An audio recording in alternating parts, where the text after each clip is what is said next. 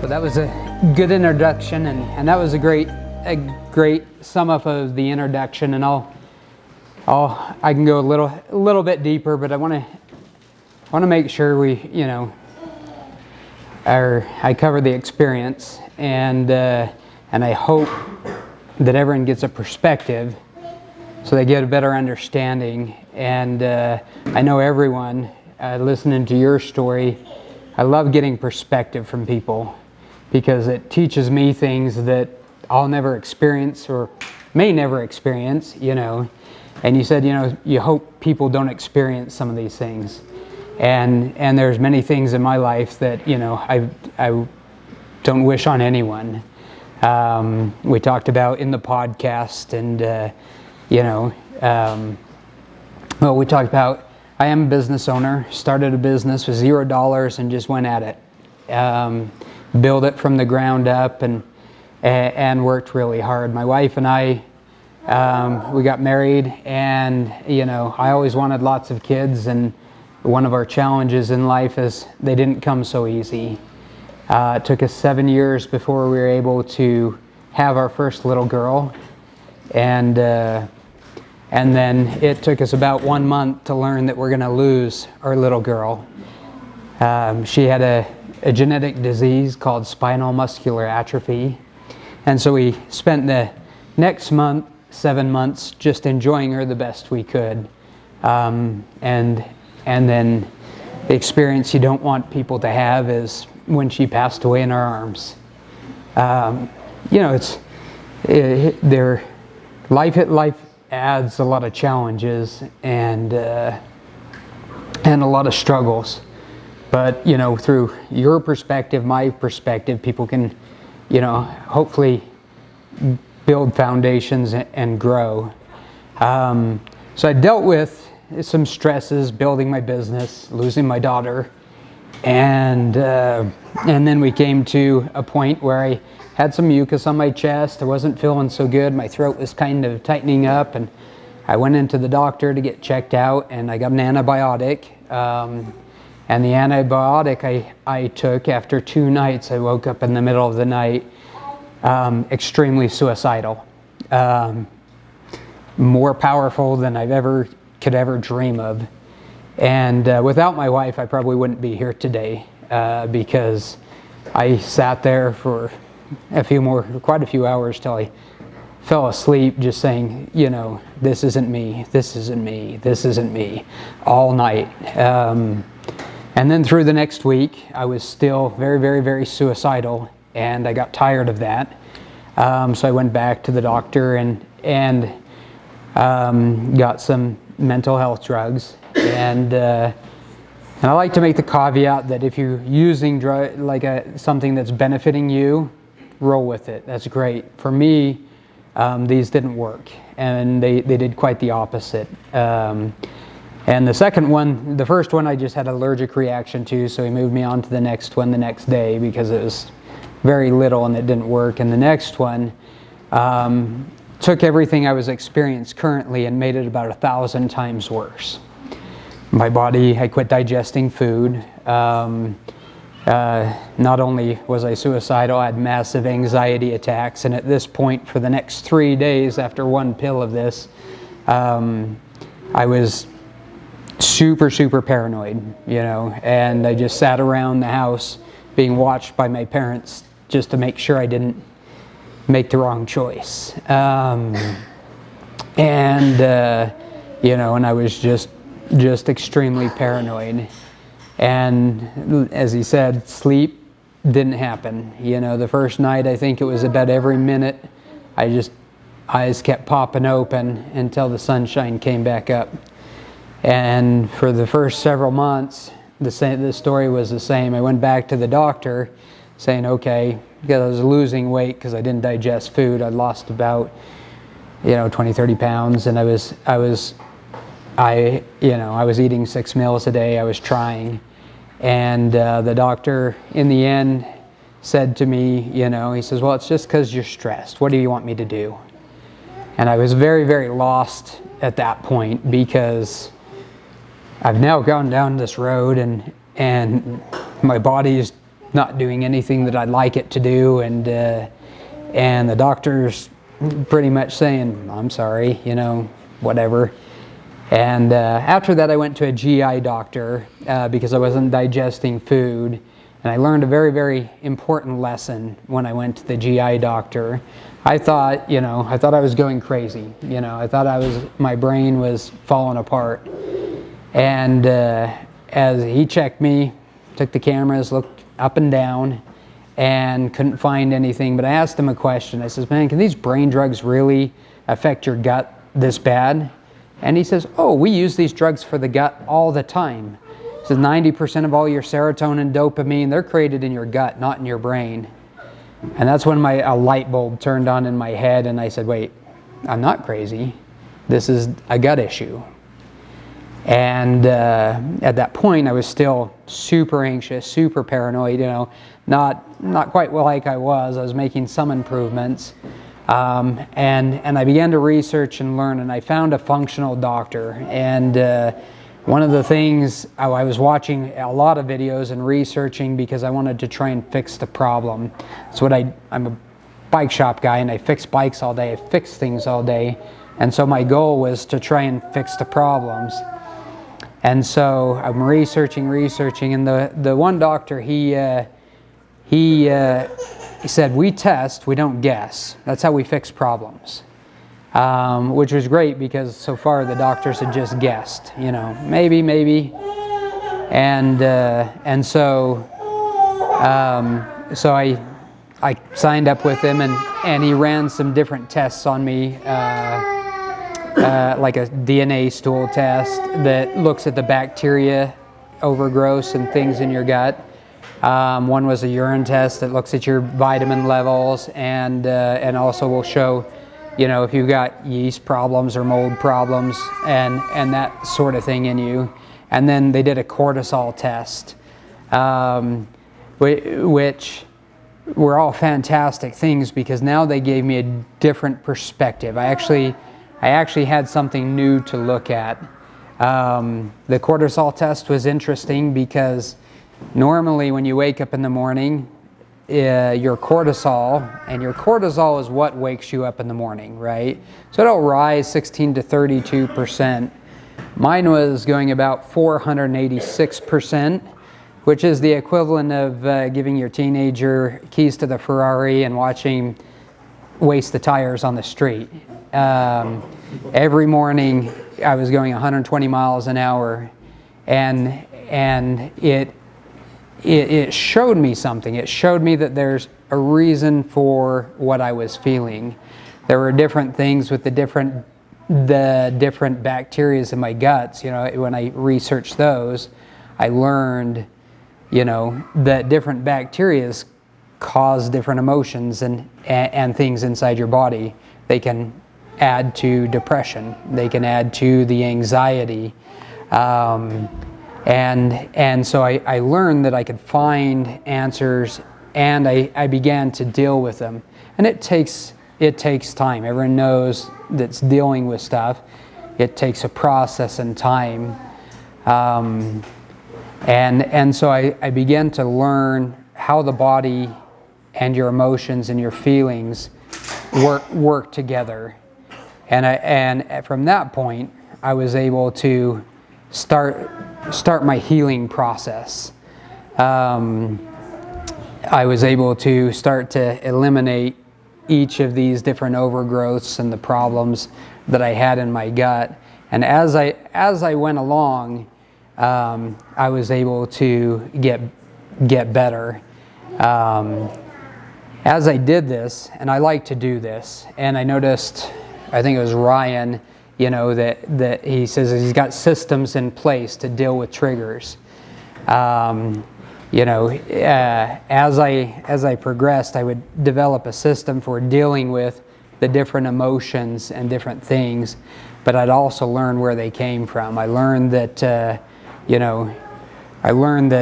unfortunately, our food supply is not very good for us, and there are things that that if you avoid will help your body heal. One of them, not to be scary, but there's a little chemical I learned about as I was going along. It's called sucralose. It's in just about everything. A lot of different energy drinks. Anything that says 0 calories probably has it. And I learned this one day because I was going along. I was doing quite well. I, had gone 3 or 4 days without being super depressed. You've gone from one level to the next level and made some progress. And I started drinking these drinks that were natural, and they just happened to have that in there. And all of a sudden, from one day to the next, I went from feeling good to feeling terrible. And I was really down, and I was kind of scared because I'd gone from no suicide to suicidal thoughts. And so I reviewed with my wife, and we said, okay, what did we change? What is different? And I learned about this chemical, okay? And I learned what it is. And it's very simple. It's sugar, but they replace molecules of the sugar with chlorine. And when that chlorine gets inside your gut, it kills the bacteria in your gut. And the bacteria in your gut are like super important. They're required for producing B vitamins. And I'll give you kind of the steps here. The B vitamins are required for building neurotransmitters and hormones in your body. Those neurotransmitters and hormones help you build dopamine, help you build the good chemicals that make you feel good. And so this little thing was actually one of the major problems that was preventing my body from building the chemicals or hormones and neurotransmitters. So I was able to eliminate that, and within a day or two, all of a sudden I'm feeling right back to where I was, better again. Which, when you take a look at the body, and I'm gonna shift a little bit faster because I have a little bit of time. But the body, I began to look at the body quite different than I did ever in my life. Your body is a sensory organ, right? You see, you hear, you feel, you touch, you taste. Everything you do is about feeling. And you can feel good things, and you can feel things that aren't so pleasant. You stick your hand on the stove, it hurts. We don't like that, And, other things make us happy or make us feel good. So our bodies are a sensory organ, and that's the external version. But on the inside, the same is true. Your body is still a sensory organ, and it needs the chemicals to communicate so that you can feel good. It needs that. And so part of my changing process was, one, changing the diet so that I could get the nutrition required so that my internal sensories worked well. So the hormones are a method for your body to communicate internally. The neurotransmitters, same thing. And that's how you can feel good, is by having enough resources in your body. So that enlightened my ideas and the importance of a good diet. But a good diet is very hard because the little chemicals, those artificial things that they put in food, pretty much they're all bad. In a nutshell, you have to get rid of them all. And then your body will start to get the nutrition it needs, and the bacteria in your gut will be able to do the job that they need to do to provide your body with the supplies it needs. I like to look at it as a supply chain. To feel healthy, we've got to give our bodies enough nutrients so it can build all the communication so you can feel well and see well and hear well, and you can actually get balance. If you don't, then your body has to prioritize, and they have to do the best with what they've got. And so when you prioritize, you select the group of things that are most important to you, and you leave everything else out. So things are neglected. So sometimes, if we don't have the right nutrients in that, you get those depression feelings, it's just simply because our body doesn't have enough to work with to be able to do that. So achieving, taking the time to, try to eat healthier, try to be better is going to increase the ability for the body. And as I've done that over the period of time, I've been able to slowly, remove the anxieties and depression and those things. One of the greatest lessons, and I like to share this with everyone because the more and more I've experienced this, the more and more I learned that almost everyone has lots of anxiety. Raise your hand if you don't. The man in the middle. And if you've ever had an anxiety attack before, you know how awesome they are. At one point I was having 9 major anxiety attacks a day. Heart palpitations, and it was pretty much major, minor, major, minor. And this is at the point I'm sitting in my car while my wife's running the shop, and she'll come and say, I need help doing this. Can you run in real quick? And I'm exhausted and tired and crying, and I run in and I do a little bit of work and I come back out. And I was watching a video on YouTube, and I learned a recipe, and it's one of the greatest recipes ever for me for dealing with anxiety, because anxiety, there's a mechanism that causes it, which is your adrenal glands. Everyone take note. Yep. This is actually what causes an anxiety attack. And I learned this recipe, and the recipe is 4 ounces of orange juice, 1/4 teaspoon of cream of tartar, and 1/4 teaspoon of Himalayan pink salt. Okay? Now there's a science behind this, and the science comes from the fact that the cream of tartar, 1/4 teaspoon, has 400 milligrams of potassium in it. Okay?